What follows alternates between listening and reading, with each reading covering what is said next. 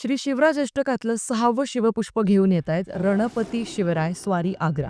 ह्या चित्रपटाचे लेखक आणि दिग्दर्शक आहेत दिग्पाल लांजेकर सर आणि इथून मागच्या त्यांच्या 5ही चित्रपटांपैकी जर का बोलायचं झालं तर पावनखिंड हा चित्रपट मला सगळ्यात जास्त टेक्निकली सुद्धा वेल मेड वाटतो.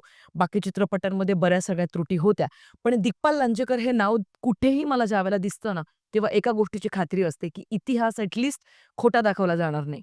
तथ्य, तर्क, वितर्क ह्या सगळ्या गोष्टींबद्दल आपण डिस्कशन्स नक्कीच करू शकतो. आपापली मतं मांडू शकतो.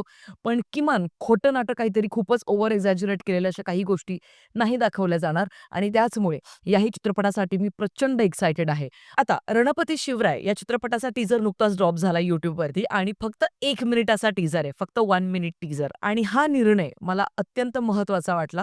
कारण बरेचदा काय होतं, की टीझरच यांचे लांबलचक अगदी 2-2 मिनिटांचे असतात आणि त्याच्यात बऱ्यापैकी अख्खा प्लॉट हा उघडा पडतो. त्याच्यानंतर ट्रेलरसुद्धा 2.5, 3, 3.5 मिनिटांचे असतात. त्याच्यामुळे बऱ्यापैकी सगळ्या गोष्टी ॲक्चुअली आधीच सिनेमागृहामध्ये जाण्याच्या आधीच आपल्या सगळ्यांसमोर मांडल्या जातात. त्यामुळे फारशी अशी एक्साइटमेंट उरत नाही. ॲक्चुअल सिनेमा ज्यावेळेला आपण बघायला जातो त्यावेळेला. पण इथे मात्र सुरुवात चांगली केलेली आपल्याला पाहायला मिळतीये.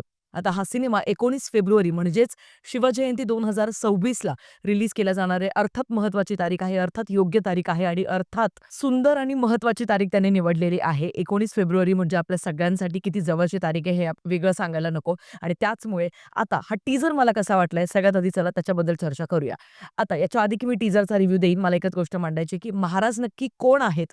हे अजून काही कुठे उलगडलेलं नाहीये. त्याने डिस्क्रिप्शनमध्ये सुद्धा काहीच कुठे ॲक्टरचं नाव ॲक्चुअली मेन्शन केलेलं नाहीये. इथून मागचे जर का श्री शिवराज अष्टकातले 5ही सिनेमे पाहिले, तर चिन्मय मांडलेकर यांनी शिवरायांची भूमिका तिथे साकारली होती.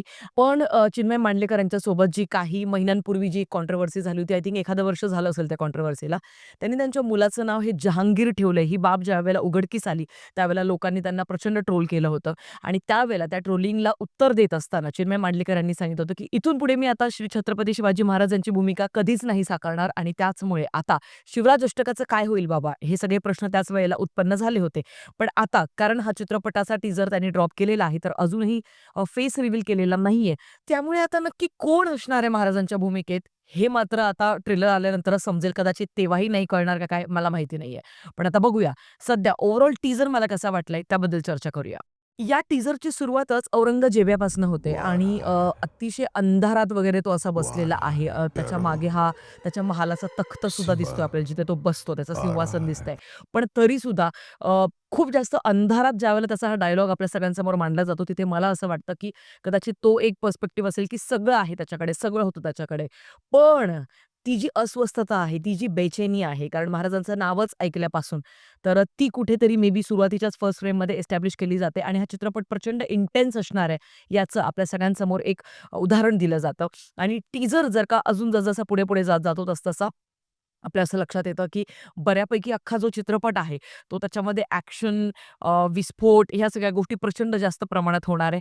कारण महाराज ज्यावेळेला आग्र्याच्या महालामध्ये गेले होते, त्यावेळेला नक्की तिथे काय-काय झालं होतं, दिवाने खास, दिवाने आम यांमधला फरक, त्याच्यानंतर तिथे गेल्यानंतर महाराजांनी खिल्लत ज्या प्रकारे उडवली होती, त्याच्यानंतर ज्या पद्धतीने महाराजांचा अपमान करण्याचा केविलवाणा प्रयत्न औरंगजेबाकडनं केला जात होता, पण तिथे महाराजांनी कसं सडेतोड उत्तर दिलं होतं. ह्या सगळ्या गोष्टी आपल्याला या चित्रपटामध्ये पाहता येणार आहे आणि त्याच्यामुळे स्वारी आग्रा हा अत्यंत महत्त्वाचा टप्पा मला वाटतो आणि खास या एका टप्प्यावरतीच एक वेगळा चित्रपट घेऊन येणं हे इतकं कौतुकास्पद आहे. कारण आपण सगळेजण जाणतो, की महाराजांच्या आयुष्यातले ॲक्चुअली इतके सगळे छोटे-छोटे नुआन्सेस आहेत, त्याच्यावरती एक सेपरेट फिल्म बनू शकते इंडिव्हिज्युअल आणि मला एक गोष्ट खूप आवडते, की एक राजा म्हणून ज्यावेळेला आपण महाराजांकडे बघतो, त्यावेळेला त्यांची विचारनीती, त्यांची राजनीती किंवा ते ज्या पद्धतीने युद्ध कौशल्य त्यांच्याकडे होते, या सगळ्या गोष्टींवरती आत्तापर्यंत चित्रपट बनत आलेलेच आहेत.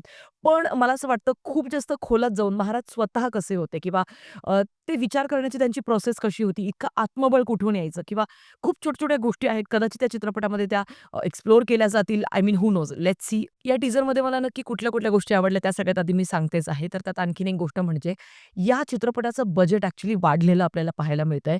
बऱ्यापैकी कॉस्ट्यूम डिपार्टमेंटने अतिशय उत्तम काम केलेलं आहे. स्पेशली लास्टचा हा जो सीन आहे, ते महाराजांचा पोशाख असेल, एकंदरीत तो अख्खा जो दरबार, भव्य दरबार जो त्यांनी भरवलेला आहे, तिथल्या लोकांचे कॉस्ट्यूम्स असतील.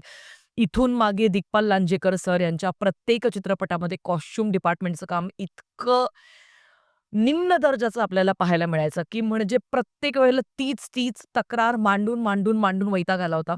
पण आता त्यांनी बऱ्यापैकी सगळं अपग्रेड केलेलं आपल्याला टीझरमध्ये पाहायला मिळतंय आणि कुठेतरी सुख मिळालं यार ते बघून. मला ह्या टीझरमधला हा एक चेजिंग सिक्वेन्स ज्यावेळेला होतो, त्यावेळेला कॅमेरा वर्कचा जो एक शॉट आहे, तो मला खूप आवडला. एकंदरीत कॅमेरा वर्कमध्ये सुद्धा अपग्रेडेशन आपल्याला पाहायला नक्कीच मिळतंय. एवढ्याशा टीझरमध्ये 2 ते 3 अशा वेगवेगळे टप्पे आहेत, जिथे मला कॅमेरा वर्क खूप जास्त आवडलं. आणि आणखीन एक महत्त्वाची गोष्ट म्हणजे एकंदरीत ज्या हिशोबाने बीजीएम सुद्धा डिझाइन केलेलं आहे, ते सुद्धा त्या पर्टिक्युलर टीझरची इंटेन्सनेस वाढवण्यासाठी नक्कीच मदत करतंय. ओव्हरऑल या चित्रपटाच्या टीझरचं प्रेझेंटेशन मला खूपच इम्प्रेसिव्ह वाटलं. टीझरमध्ये हा जो त्यांनी एक्सप्लोजनचा सीन दाखवलाय, ॲटलीस्ट तिथे खरी माणसं आहे, खरी आग आहे, खरा विस्फोट झाल्याचं आपल्याला पाहायला मिळतंय. नाहीतर आत्तापर्यंत तेच होत होतं, की घाणेरडं सीजीआय, व्हीएफएक्सचं काम आपल्याला पाहायला मिळायचं आणि ती नकली आग, त्या पद्धतीने सगळ्या गोष्टी. आता तरी ॲटलीस्ट त्या नाही बघायला मिळणार आहे. एकंदरीत टीझरवरनं आपल्या सगळ्यांना एका गोष्टीचा नक्कीच विश्वास पटवून दिला जातोय, की बाबा रे, ह्यावेळेस तुम्हाला काहीतरी वेगळ्या गोष्टी नक्कीच पाहायला मिळतील मोठ्या पडद्यावरती आणि जेन्युइनली स्पीकिंग त्यांचा अटेम्प्ट हा कन्व्हिन्सिंग वाटतोय. 0:36 सेकंदला ज्यावेळेला महाराज छोट्या शंभूराजेसोबत ज्यावेळेला दिसले, तेव्हा अक्षरशः अंगावरती शहारे आले. कमाल! म्हणजे तो जो एक सीन ज्यावेळेला थिएटरात येणार आहे ना, ज्यावेळेला खिल्लत उडवली जाईल, टाळ्या, शिट्ट्या सगळं होणार आहे थिएटरमध्ये आणि तो एक असा मोमेंट असेल जिथे खूप प्रचंड आनंद प्राप्त होईल आपल्या सगळ्यांना आणि खऱ्या अर्थाने महाराज ज्या पद्धतीने आग्रहून सुटका करतात किंवा इतरही बऱ्याच ज्या गोष्टी आहेत, त्या सगळ्या आपल्याला चित्रपटामध्ये पाहता येणार आहे आणि त्याच्याचमुळे मी प्रचंड म्हणजे प्रचंड एक्सायटेड आहे रणपती शिवराय या चित्रपटासाठी. आता येऊया एका महत्त्वाच्या गोष्टीबद्दल बोलायला. जी गोष्ट मला टीझरमध्ये थोडीशी खटकली आहे, ती म्हणजे अशी, की आत्तापर्यंत सगळं भारी चाललेलं असतं टीझरमध्ये. सगळ्या गोष्टी खूप कन्व्हिन्सिंग वाटतायत. Camera work, overall presentation, set design, costume department, everything सगळं खूप कन्व्हिन्सिंग वाटतंय. पण तिथेच हे, हे जे सीन्स दाखवले जातात ना, त्याने हिरमोड होतो. म्हणजे ह्या नकली दगडांच्या आर्टिफिशियल थर्माकॉलच्या बनवलेल्या भिंती ते क्लिअरली कळतंय टीझरमध्येच. त्याच्यानंतर या अतिशय पोकळ लाकडी पट्ट्यांचा तो एक दरवाजाच्या ऐवजी एक तो असा एक जो पोर्शन बनवलेला असतो आणि मग तो तोडून असं पुढे पळतायत वगैरे. ते खूप नकली वाटतंय, ते खूप आर्टिफिशियल वाटतंय आणि ते खूप जुनाट स्टाईलने म्हणजे आपण पूर्वीच्या काळी जे सिनेमे वगैरे बघायचो, की ॲक्टरने असं ढुशूम मारलं, की मग तो जो माणूस आहे एक्झॅक्टली तिथेच पडायचा जिथे ती एक नकली विटांची भिंत रचलेली असायची आणि इथेही आपल्याला तेच पाहायला मिळतं. तर हे कुठेतरी हिरमोड करणारं होतं आणि आय जस्ट होप की ते मोठ्या पडद्यावरती इतकं नाही बोचणार डोळ्यामध्ये आणि जर का अजूनही थोडाफार वेळ असेल तर कलर ग्रेडिंगच्या माध्यमातनं थोडंफार झाकण्याचा प्रयत्न करत असाल तर प्लीज करा. कारण ते खरंच डोळ्यांना बोचतंय.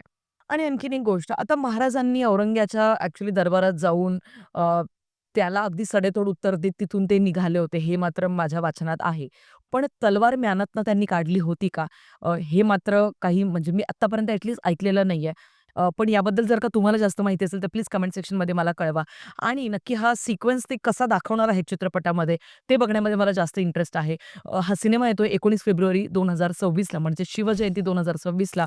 याचा ट्रेलर आल्यानंतर आणखीन चर्चा करणारच आहोत. पण सध्या जर का मला विचाराल, तर मला ओव्हरऑल प्रेझेंटेशन तर नक्कीच खूपच कन्व्हिन्सिंग वाटतंय रणपती शिवराय या चित्रपटाचं. बाकी तुमचं काय म्हणणं आहे ते मला कमेंट सेक्शनमध्ये कळवायला विसरू नका.